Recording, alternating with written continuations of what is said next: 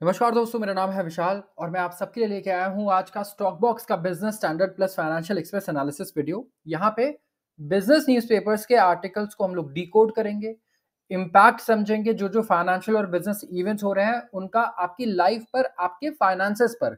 तो आज का वीडियो स्पेसिफिकली उनके लिए इंपॉर्टेंट होने वाला है जो रिजल्ट्स में इंटरेस्टेड होते हैं, चाहे वो जिस कंपनी में काम करते हैं उसके बारे में जानना कि वो कैसे पैसा, कितना पैसा कमा रही है, या जिसमें स्विच करना चाहते हो शायद वो जानना चाहते हो कि वो कैसा कर रही है फाइनेंशियली, क्योंकि ऑफ कोर्स आपके लिए ग्रोथ प्रोस्पेक्ट्स वहीं सबसे ज्यादा होंगे इवेंचुअली। एंड जो लोग इन्वेस्टेड हैं स्टॉक मार्केट्स में, म्यूचुअल फंड्स में, उन्हें भी पता होना चाहिए कि कौन से सेक्टर के रिजल्ट्स अभी बढ़िया आ रहे हैं, कहाँ आगे बढ़िया आ सकते हैं। तो ये भी जरूरी है पता होना। इसके अलावा शुरुआत तो हम करेंगे सबसे पहले एक एडिटोरियल आर्टिकल से जो है वाटर सिक्योरिटी पर। तो जल्दी से इस चैनल को भी सब्सक्राइब कर लीजिए अगर आपको ऐसे वीडियोस पसंद हैं, और इस वीडियो को लाइक जरूर कीजिएगा वीडियो को देखने से पहले। शुरुआत करूंगा मैं आज के सबसे पहले आर्टिकल से, वाटर सिक्योरिटी। यहां बात कर रहे हैं हम लोग वाटर सिक्योरिटी की। एंड कई सारे ऐसे इंटरनेशनल रिपोर्ट्स आए जहां कहा गया है कि इंडिया में एक्यूट वाटर सिक्योरिटी प्रॉब्लम हो सकती है हमें अगले 10 से 20 सालों में। अगर आप अभी देखें तो लास्ट वीक प्रपोज किए गए रेगुलेशंस की 50% जो वेस्ट वाटर है वो रीयूज किया जाए 2031 तक इंडिया में फॉर बल्क कंज्यूमर्स। और ये बहुत ही इंपॉर्टेंट कदम है कि हम मेन स्ट्रीम करें use of reuse of treated waste water in country. And welcome करना चाहिए इस डिसीजन को वाटर स्ट्रेस कंट्री में जैसे कि है इंडिया। कई लोग कह रहे होंगे वाटर स्ट्रेस कहाँ है, क्योंकि यस, कई लोग बहुत लकी हैं, इंडिया में उन्हें अबंडेंस मिलता है पानी का। उन्हें कभी ऐसा फील ही नहीं हुआ कि वाटर की स्केसिटी है। लेकिन इंडिया में अगर आप देखें तो काफी जगहें ऐसी हैं जहाँ पे एब्सोल्यूट वाटर क्राइसिस रहता है हमेशा। तो इंडिया जो हाउस करता है 18% ऑफ वर्ल्ड के पॉपुलेशन को with only 4% of global water resources. India में पॉपुलेशन दुनिया का 18% है, लेकिन वाटर रिसोर्सेज सिर्फ 4% है। तो आप खुद सोचिए।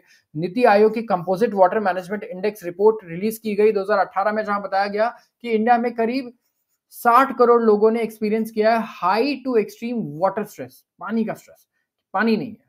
एंड इस कॉन्टेक्स्ट में अगर आप देखें तो प्रपोज रेगुलेशंस जो हैं ये एंटिटीज को रिक्वायर करेंगी कि आप कंज्यूम कीजिए जो भी 5000 लीटर से डेली अगर वो कंज्यूम कर रहे हैं तो उन्हें रजिस्टर करना होगा अथॉरिटीज के साथ और एक वेस्ट वाटर ट्रीटमेंट मेजर उठाना होगा।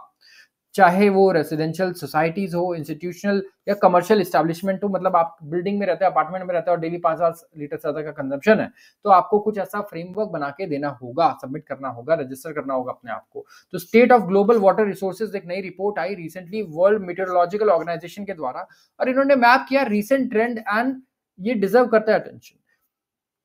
नोट किया गया कि जो ईयर 2023 है ये अनप्रेसिडेंटेड हीट रही और सबसे गर्म ईयर रहा है रिकॉर्ड में 2023, जो पिछला बीता हुआ साल है। और पूरी दुनिया से अगर आप अलग अलग रीजन में कंपेयर करें तो इंडिया ने काफी अच्छा परफॉर्म किया है ग्राउंड वाटर लेवल और टेरेस्ट्रियल वाटर स्टोरेज और सॉइल मॉइस्चर के टर्म्स में। नोट करना वर्थ है कि 2023 में जो सबसे ड्राइस्ट ईयर था, सबसे सूखा साल था 2023 पूरी दुनिया में ग्लोबल रिवर्स के लिए। तो ये एविडेंट है रेजर्वोयर से जहां बिलो नॉर्मल वाटर इन्फ्लो हुआ है। जितने भी रेजर्वोयर्स होता है जहां पानी स्टोर्ड रहता है, बिलो नॉर्मल वाटर का इन्फ्लो देखने को मिला ऑस्ट्रेलिया में, अमेरिका में, और along the west coast of India, west coast पे भी आप देखेंगे पानी की दिक्कत हमेशा रहती है। तो बिसाइड्स इंडिया ने एक्सपीरियंस किया एक तो अबव एक्टिव इवेपोट्रांसपिरेशन, एईटी जिसे हम बोलते हैं, मार्च के महीने में, अप्रैल के महीने में और मई के महीने में। और एईटी ना एक की एलिमेंट है हाइड्रोलॉजिकल साइकिल में, जो रेफर करता है एक ऐसा प्रोसेस जहां पे पानी इवेपोरेट होता है, ठीक है, एनकम्पसिंग इवेपोरेशन फ्रॉम सॉइल और वेजिटेशन सरफेस, ठीक है, सॉइल या वेजिटेशन सरफेस से भी इवेपोरेशन होता है, एंड ट्रांसपिरेशन का प्रोसेस होता है प्लांट से, और ये लार्जली रिस्पॉन्सिबल है large part of water loss from soil. तो ये प्रोसेस इन्होंने समझा। आप देखिए ये एक टेक्निकल टर्म है, so I will recommend every user कि आप एक बार खुद से एक बार समझने की इसे कोशिश कीजिए, because of course we read about business newspapers, तो हम बिजनेस एस्पेक्ट पे ज्यादा या फाइनेंशियल एस्पेक्ट पे ज्यादा फोकस करते हैं। सो ये एईटी, इवो ट्रांसपिरेशन, जो एक्टिव इवापोरेशन इवापो ट्रांसपिरेशन प्रोसेस है एईटी, इसके बारे में आप रिसर्च कर सकते हैं, गूगल कर सकते हैं। ये की एलिमेंट है हाइड्रोलॉजिकल साइकिल में। इस प्रोसेस को बोलते हैं जहां पे पानी इवापोरेट होता है, और इवापोरेशन होता है मिट्टी से या वेजिटेशन के सरफेस से एंड प्लांट्स के ट्रांसपिरेशन से, और इसकी वजह से काफी वाटर लॉस होता है मिट्टी में से। एंड मिट्टी में से मॉइस्चर का जाना, वाटर लॉस होना इज नॉट एक्चुअली गुड। तो क्लाइमेट, गिवन जो क्लाइमेट रिस्क है, इंडिया को प्रिपेयर करना होगा इस चीज के लिए काफी तेजी से। एक और रिपोर्ट आई जिसने सजेस्ट किया कि जो 15 मेजर हमारे यहाँ नदियां हैं उनमें से 11 आप एक्सपेक्ट कीजिए कि ये वाटर स्ट्रेस फील करेंगी 2025 तक, और जो 5 नदियां हैं गंगा, सुवर्णरेखा, कृष्णा, मही और तपी, यहाँ पे एनुअल पर कैपिटा अवेलेबिलिटी जो है वो लेस देन 1000 क्यूबिक मीटर पर पर्सन रहने वाली है। तीन जो दूसरी रिवर्स है हमारी, कावेरी, पेन्नार और साबरमती, ये यहाँ तो वाटर स्केसिटी ऑलरेडी चल रही है क्योंकि per capita availability less than 500 cubic metre है पर पर्सन, और जो पर कैपिटा अवेलेबिलिटी है वाटर का वो ऑलरेडी अराउंड 5000 क्यूबिक मीटर से नीचे आ चुका है। 1950 से लेकर अगर आप देखें तो 1950 में कहाँ था ये 5000 था, और जो अब आ चुका है 1450। तो मैं कहूंगा यहाँ पे करीब करीब सिर्फ 30% ही बचा है पर कैपिटा अवेलेबिलिटी पिछले 70 सालों में। तो these are areas of concern. और मैं आपको बता दूं, देखो आप बोल रहे हो पानी रहने के लिए नेसेसिटी, हर चीज के लिए, डेवलपमेंट के लिए भी पानी बहुत जरूरी है। अगर पानी नहीं है तो वो उस एरिया में इंडस्ट्रीज नहीं आ पाएंगी, काम नहीं कर पाएंगी।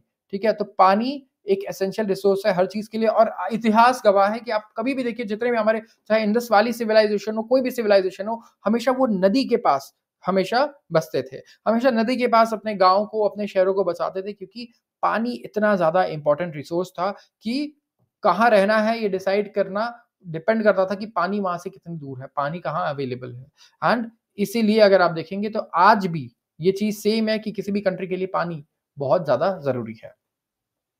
आते हैं अगले आर्टिकल पे, और ये है Hyundai के बारे में। अब देखिए, ऑटोमोबाइल स्टॉक्स में कई लोगों ने इन्वेस्टमेंट कर रखा होगा, ये तो मैं जानता हूं, आपके म्यूचुअल फंड ने तो किया ही होगा। अब यहाँ पे मैं बात कर रहा हूँ Hyundai की, और मैं क्यों बात कर रहा हूँ आपके स्टॉक्स की, क्योंकि Hyundai भी अब अपने कंपनी को लिस्ट कर रहा है शेयर मार्केट में। यस, तो काफी इसके लिए मैं कहूंगा एक्साइटमेंट भी है लोगों में, और करीब करीब 28,000 करोड़ का आईपीओ है ये। यहाँ पर देखिए, इंडिया का आज तक का सबसे बड़ा आईपीओ है। तो एक डाइवर्सिफाइड प्रोडक्ट पोर्टफोलियो है, मार्केट पोजीशन है बहुत अच्छी, और सॉलिड मैन्युफैक्चरिंग बेस है, और टेक्नोलॉजिकल सपोर्ट तो इन्हें मिलता ही है इंडिया के Hyundai के ग्लोबल पेरेंट से, Hyundai मोटर से। तो इन्हें इन सारी चीजों का बड़ा बेनिफिट मिल सकता है, किसको? Hyundai मोटर्स को। एक तो आप देखिए ये जो इनका स्टडी ग्रोथ चल रहा है ओवरऑल सारे सेगमेंट्स में, ये उससे भी फायदा उठाएंगे, जो पैसेंजर व्हीकल सेगमेंट में इनका स्टडी ग्रोथ है। 63% जो कंट्रीब्यूशन है अगर आप देखें, ये है high high growth utility vehicle से, एंड कैपेसिटी एक्सपेंशन और प्रोडक्ट लॉन्च तो ये ऑलरेडी कर ही रहे हैं। इन्होंने ये भी बोला है कि इलेक्ट्रिक व्हीकल्स भी लाने वाले हैं। तो आप अगर टाटा में इन्वेस्टेड है, महिंद्रा में इन्वेस्टेड है, ये सोच के कि भाई इलेक्ट्रिक व्हीकल्स पे ना मैं काम करता हूँ, एक एक कंपनी, एक स्पेसिफिक कंपनी मैं नहीं चूज कर सकता, मैं तीनों पे लगा देता हूँ, ये दोनों पे। तो अब आपके लिए एक और प्लेयर आ चुका है जो ईवी लॉन्च करने वाला है इंडिया में, that is Hyundai and Kia of course. तो देखना पड़ेगा, हो सकता है आपको अपना जो पोर्टफोलियो है थोड़ा और डाइवर्सिफाई करना पड़े Hyundai के आने के बाद। तो प्रोस्पेक्ट जो है स्ट्रांग है, वैल्यूएशन होगा करीब आईपीओ का 28,000 करोड़ के आसपास, अगर टॉप जो हायर बैंड है वहां पे उन्हें वैल्यूएशन मिलता है तो। कंट्री की दूसरी सबसे बड़ी पैसेंजर व्हीकल मेकर है by volume, number of cars दूसरी नंबर पे आती है Hyundai, सबसे ज्यादा नंबर ऑफ कार्स बेचती है आफ्टर मारुति सुजुकी। एंड काफी आप देखिए, एक तो 10 लाख से नीचे भी इनके इतने अच्छे अच्छे segments, i10, i20, grand i10, Nios, सारे जो कार्स हैं ये बिल्कुल मैं कहूंगा घर घर आपको देखने को मिलेंगे एक मिडिल क्लास फैमिली के यहाँ। सेंट्रो जो उन्होंने लॉन्च किया था तब से लेके आज तक काफी अच्छा इन्होंने ब्रांड क्रिएट किया। तो Hyundai के पास एडवांटेज क्या है? सबसे पहले Hyundai बूस्ट करता है सुपीरियर मार्जिन, हर एक कार जो Hyundai बेचता है उसमें उसको काफी अच्छा प्रॉफिट होता है एज कम्पेयर टू मारुति या दूसरी कंपनीज। ठीक है, एंड जो वॉल्यूम है इसका और मार्केट शेयर डिस्ट्रीब्यूशन का है वो है करीब मारुति का 1/3, मतलब 33%। तो यहाँ कंपैरिजन हम किससे कर रहे हैं? इसका मारुति से कर रहे हैं। तो एनालिस्ट बिलीव करते हैं कि Hyundai का आउटलुक बहुत स्ट्रांग है, आगे ग्रोथ भी उनके हिसाब से बहुत बढ़िया होनी है, टेक्नोलॉजी रिसर्च डेवलपमेंट की कमी नहीं है, इनकी कैपेबिलिटी बहुत अच्छी है। क्यों? क्योंकि भाई कोरिया में इनका पेरेंट कंपनी बैठा है जो ग्लोबली कार बेचता है, यूएस से लेके यूरोप हर जगह, चाइना में बेचता है। ओवरऑल सेल्स ग्रोथ भी बहुत ही बढ़िया है, इनकी एनुअल ग्रोथ रेट है 19.5% की, on back of an 11% increase in sales volume and improved margin. तो इंप्रूव मार्जिन देखिए, प्रॉफिट मार्जिन तो इंप्रूव हो ही रहा है, 11% का है। सेल्स भी देखिए काफी अच्छा डबल डिजिट में ग्रो कर रहा है, करीब 19 से 20% ग्रो कर रहा है। अब देखिए यहाँ पे तो कुछ ख़ास है नहीं, इसके कुछ प्रोजेक्शंस वग़ैरह दिए हुए हैं आगे की, ये सेक्टर वग़ैरह जो है इसका 6.5 से 4% के बीच में ग्रो करेगा। बट ऑफ़ कोर्स ये अगर ह्युंडई कुछ बहुत अच्छे ईवीज़ ले आता है, डिपेंड करता है हाई ग्रोथ जो एरियाज़ हैं, अब कार में ऑटोमोबाइल में हाई ग्रोथ एरियाज़ हम किसको बोलते हैं? ईवीज़ वग़ैरह को बोलते हैं। अगर ये हाइब्रिड क्या पता आगे बहुत अच्छा ग्रो करने लग जाए। तो वहाँ पे अगर आता है तो काफ़ी बढ़िया अपने डिमांड को और ऊपर लेके जा सकता है, अपने रेवेन्यू को और पुश कर सकता है। लेकिन यहाँ पर भी जो ओवरऑल इनका रेवेन्यू जो स्टैटिस्टिक्स है और प्रॉफिट स्टैटिस्टिक्स है, मार्जिन स्टैटिस्टिक्स है, बहुत ही बढ़िया है, किसी से कम नहीं है, हम ये कहेंगे। तो यहाँ पर इन्वेस्ट करने से पहले आईपीओ में अपने फाइनेंशियल एडवाइज़र, इन्वेस्टमेंट एडवाइज़र से ज़रूर पूछें। बट अगर आप देखेंगे ग्रोथ, तो इस कंपनी में यस ग्रोथ की हमें कोई कमी नज़र नहीं आ रही है।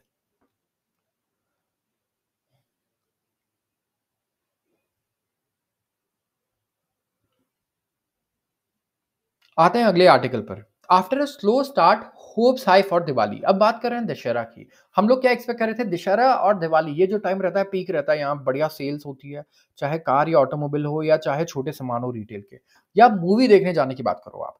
छुट्टी होती है लोगों की, लोग मूवीज भी देखने जाते हैं। तो जो क्रूशियल दशहरा है फेस्टिव सीजन का, ये थोड़ा सा स्लजिश रहा है। स्लजिश क्या होता है, मतलब स्लो, धीरे यहाँ पे हमें थोड़ा ग्रोथ देखने को मिल रहा है in terms of interest, in terms of sales, specifically durable retailers, ठीक है? जहाँ पे year on year sales growth रही है 6 से 7% की। एंड इस वीकेंड अगर आप देखें तो कुछ बहुत बढ़िया कमाल नहीं देखने को मिला। एंड इसका रीज़न कई लोग अलग-अलग चीज़ों पे ब्लेम कर सकते हैं, जैसे कि क्विक कॉमर्स या ऑनलाइन रिटेलर्स। बट जो फुटफॉल वगैरह है, यहाँ पे has led to sales conversion. ये कहना है नीलेश गुप्ता का, जो डायरेक्टर हैं consumer durables retailer Vijay Sales के।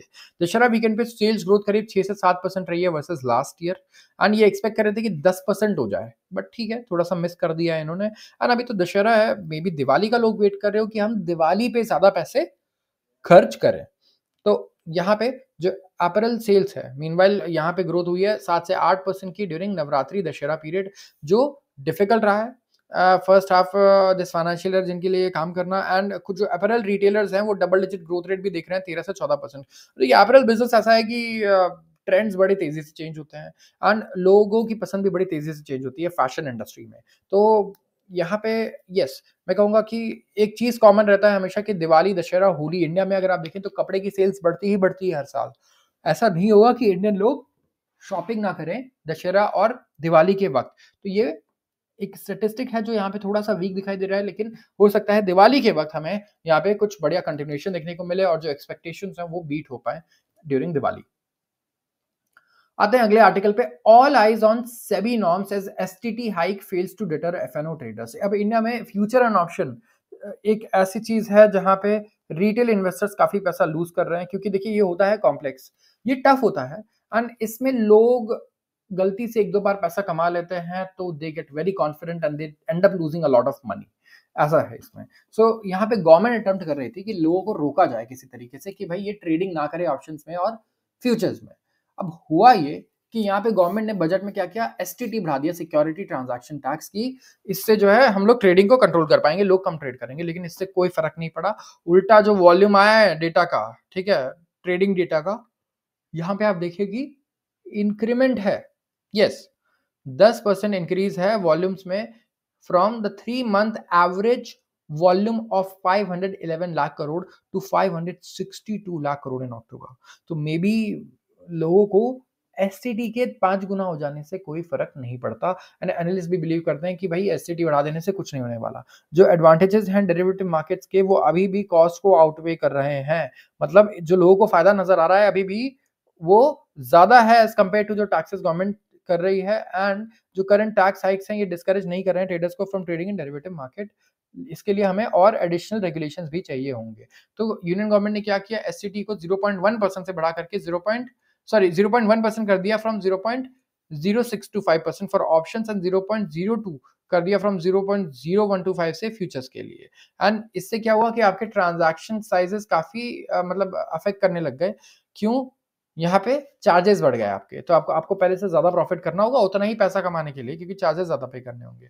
बट लोगों को इससे कुछ फर्क पड़ा ही नहीं, क्योंकि गवर्नमेंट को समझ में आना चाहिए। मैं आप बात बताऊं, ये जो 90% ट्रेडर्स गवर्नमेंट का डेटा है कि लूज कर रहे हैं मार्केट में पैसे, इनको इतना पता ही नहीं है कि ब्रोकरेज होता कितना है और क्या है, ठीक है।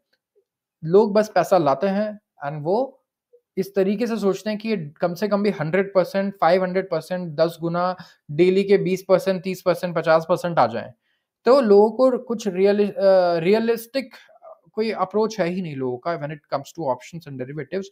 तो ये सारी जो चेंजेस है ना गवर्नमेंट कर रही है, लोगों को आधे से ज़्यादा लोगों को एसटीटी पता ही नहीं होगा जो ऑप्शंस में करते हैं। आप कभी 10 नेकेड ऑप्शन में जो काम करने वाले ट्रेडर्स हैं उनसे जाकर पूछिए और पूछिए एसटीटी क्या होता है, तो वो आपको जवाब नहीं दे पाएँगे। ठीक है? क्योंकि उनको लगता है कि वो जब 20,000 से डेली 20,000 क कमा सकते हैं या 10,000 कमा सकते हैं, तो ₹500 चार्जेस देना तो कोई बड़ी बात है ही नहीं। तो प्रॉब्लम ये है कि गवर्नमेंट अच्छे से साइकोलॉजी समझ नहीं पा रही है, हमें लगता है रेगुलेटर साइकोलॉजी नहीं समझ पा रहा है छोटे ट्रेडर्स का जो पैसा लूज़ कर रहे हैं। क्योंकि ये वो ट्रेडर्स हैं जिनके पास 10,000, 5,000 और 20,000 रुपए हैं, जो ऑप्शंस में लाते हैं, वो लूज़ करते हैं और फिर से अपने अकाउंट में लोड कर देते हैं वो पैसे। आते हैं अगले आर्टिकल पर। ओएमसीज में report weak Q2 on lower refining margins.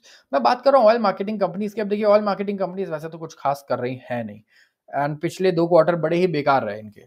Oil marketing companies हमारी देखिए एचपीसीएल, बीपीसीएल, इनके स्टॉक प्राइसेस आप चेक कीजिए आज जाके, आपको खुद समझ में आ जाएगा कि इनके मार्जिन रिजल्ट्स इस बार सबसे बेकार जो थे, लास्ट रिजल्ट्स ओएमसीज के ही थे। और अब फिर से रिजल्ट सीजन आ गया तो एक्सपेक्टेड है कि इनका भाई फिर से इनका ही नुकसान इस बार सबसे ज्यादा लग रहा है देख के। एंड एचपीसीएल जैसे कि देखिए इनको पोटेंशियल इंपैक्ट होने वाला है $7.8 पर barrel year on year drop हो रहा है इनके ग्रॉस रिफाइनिंग मार्जिन में। ग्रॉस रिफाइनिंग मार्जिन मतलब बेसिकली आप कोई प्रोडक्ट बेचते हो, मैगी बेचते हो, ₹7 में खरीदते हो, 10 में बेचते हो, तो ₹3 आपका मार्जिन है। लेकिन अगर कॉस्ट बढ़ जाए मैगी की तो, और अगर आपको सिर्फ 10 ही रुपए में बेचना हो क्योंकि बाकी लोग भी 10 में बेच रहे हैं, तो आपका नुकसान होगा। तो यहाँ पे काफी ड्रॉप हुआ है, ठीक है, इनके रिफाइनिंग मार्जिन्स में। एंड जो सिंगापुर ग्रॉस रिफाइनिंग मार्जिन्स है फर्स्ट हाफ ऑफ FY25 में ये एवरेज किया है सिर्फ $3.6 पर बैरल, जो रिफ्लेक्ट कर रहा है कि जो डिमांड ऑयल डिमांड के इन्वायरमेंट है इनके सड्यूड इफेक्ट्स नजर आ रहे हैं। इंडियन ऑयल जो है वो भी सिमिलर ट्रेंड देखने वाला है। यहाँ पे स्मॉल इंप्रूवमेंट होगा इसके पेट्रोकेमिकल सेगमेंट अर्निंग्स में, लेकिन ईयर ऑन ईयर परफॉर्मेंस जो है वो शार्पली कम रहने वाला है। तो जितने लोग इन्वेस्टेड हैं ऑयल मार्केटिंग कंपनीज में, एचपीसीएल, इंडियन ऑयल, बीपीसीएल, चाहे रिलायंस के ही शेयर्स में वो इन्वेस्टेड हैं, तो उनका भी अच्छा खासा सेक्टर है रिफाइनिंग का एंड पेट्रोकेमिकल्स का, जो इस बार रिजल्ट्स आए एंड वो वीक ही रहा है। तो ध्यान रखिए कि एक्सपेक्ट कीजिएगा कि यहाँ पे हमें वीकनेस देखने को मिलेगी ऑयल मार्केटिंग कंपनीज में। सबसे पहले तो परेशानी ये है कि क्रूड ऑयल, ये गाजा और रशिया कभी कुछ इसकी वजह से हमेशा वॉलेटाइल हो जाता है। अभी देखिए इजराइल और ईरान और लेबनान के चक्कर में यहाँ पे हमें काफी वॉलेटिलिटी देखने को मिलती है। अब आप कोई सामान बेचते हैं, लेट्स से मिठाई बेचते हैं, और शुगर तो उसमें अच्छा खासा पड़ता है। अब शुगर के रेट कभी डबल हो जा रहे हैं, कभी गिर जा रहे हैं, कभी हाफ हो जा रहे हैं, तो आपको मिठाइयों के रेट में तो आप इतनी जल्दी बदलोगे नहीं। कल तो आप ये नहीं कहोगे आज डबल हो गया, फिर परसों कहोगे हाफ हो गया, नहीं तो लोग क्या कहेंगे कि आप तो यार ये क्या है, सही नहीं कर रहे हो, है ना? हमें पता होना चाहिए कुछ थोड़ा 10% बढ़ रहा है, 10% गिर रहा है तो बात है।